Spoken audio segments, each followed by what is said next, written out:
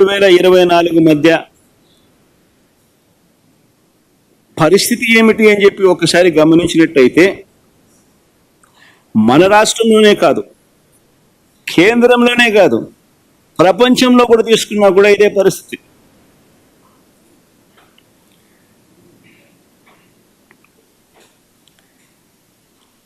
వాస్తవాలు ఇవైతే ఎవరి హయాంలో నిజంగా టేబుల్ 7 కూడా బామ్మ, ఎవరి హయాంలో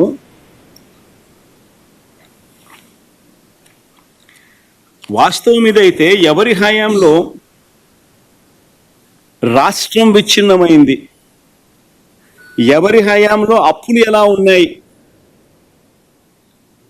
అని కూడా ఒకసారి గమనించినట్లయితే ఈ పెద్ద మనిషి చంద్రబాబు నాయుడు గారు అన్ని అబద్ధాలు మోసాలే చేస్తారు. ఇదే పెద్ద మనిషి ఎన్నికలప్పుడు ఏమన్నాడు? రాష్ట్రం అప్పులు 14 లక్షల కోట్లు అని చెప్పి ఊదరగొట్టాడు. రాష్ట్రం శ్రీలంక అయిపోతా ఉంది, మన్ను పాడు పరదేశి అని చెప్పి బండలు వేశాడు. గవర్నర్ గారి ప్రసంగానికి వచ్చేసరికి తగ్గిపోయాడు. రాష్ట్రం అప్పులు 10 లక్షలే అన్నాడు. అప్పుడప్పుడు శ్వేతపత్రాలు రిలీజ్ చేస్తాడు. చేసినప్పుడు రాష్ట్రం అప్పులు 12,93,000 కోట్లు అంటాడు. చివరికి బడ్జెట్ ప్రవేశపెడితే అప్పులు రాష్ట్రానికి ఎంత ఉన్నాయో చెప్పక తప్పదు అని చెప్పి బడ్జెట్ పెట్టడం కూడా పోస్ట్పోన్ చేసినాడు.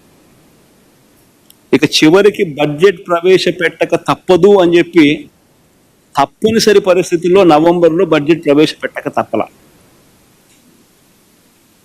ఏ రాష్ట్ర ప్రభుత్వమైనా కానీ ఎవడైనా ఎప్పుడైనా గమనించారా నవంబర్లో బడ్జెట్ ప్రవేశపెట్టడం? అంటే 3 నెలలు ఒక్క చంద్రబాబు నాయుడు గారి హయాంలోనే ఆ జిమ్మిక్కులన్నీ చూస్తాం. ఎందుకంటే బడ్జెట్ ప్రవేశపెడితే ఆ బడ్జెట్ డాక్యుమెంట్ రాయాలి, రాష్ట్రానికి ఉన్న అప్పులు ఎంత ఉన్నాయి అని చెప్పి. ఆ డాక్యుమెంట్లో రాష్ట్రానికి ఉన్న అప్పులు ఎంత ఉన్నాయని ఒకసారి చూపించేస్తే ఆ తర్వాత ఇంకా చంద్రబాబు నాయుడు ముసలి కన్నీరు గార్చలేడు, డ్రామాలు ఆడలేడు, జగన్ మీద చెప్పినట్టు అన్ని తప్పులు అని చెప్పి తెలిపోతాయి కదా. కాబట్టి బడ్జెట్ డాక్యుమెంట్ ప్రవేశపెట్టడమే నవంబర్ దాకా పోస్ట్ పోన్ చేశాడు. చివరికి నవంబర్లో బడ్జెట్ డాక్యుమెంట్ ప్రవేశపెట్టేసరికి తనంతటి తానే బడ్జెట్ డాక్యుమెంట్ ప్రవేశపెట్టేటప్పుడు తనంతటి తానే 6,46,531 కోట్ల రూపాయలు అని చెప్పి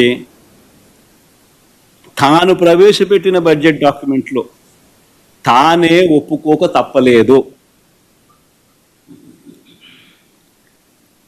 ఇంతకన్నా దారుణమైన మనిషి పరిస్థితి బహుశా ఎక్కడా ఉండదు. ఈ పెద్ద మనిషి చంద్రబాబు నాయుడు గారు ఇలాంటి మోసాలు చేస్తూ ఉంటాడు ఎప్పుడు కూడా.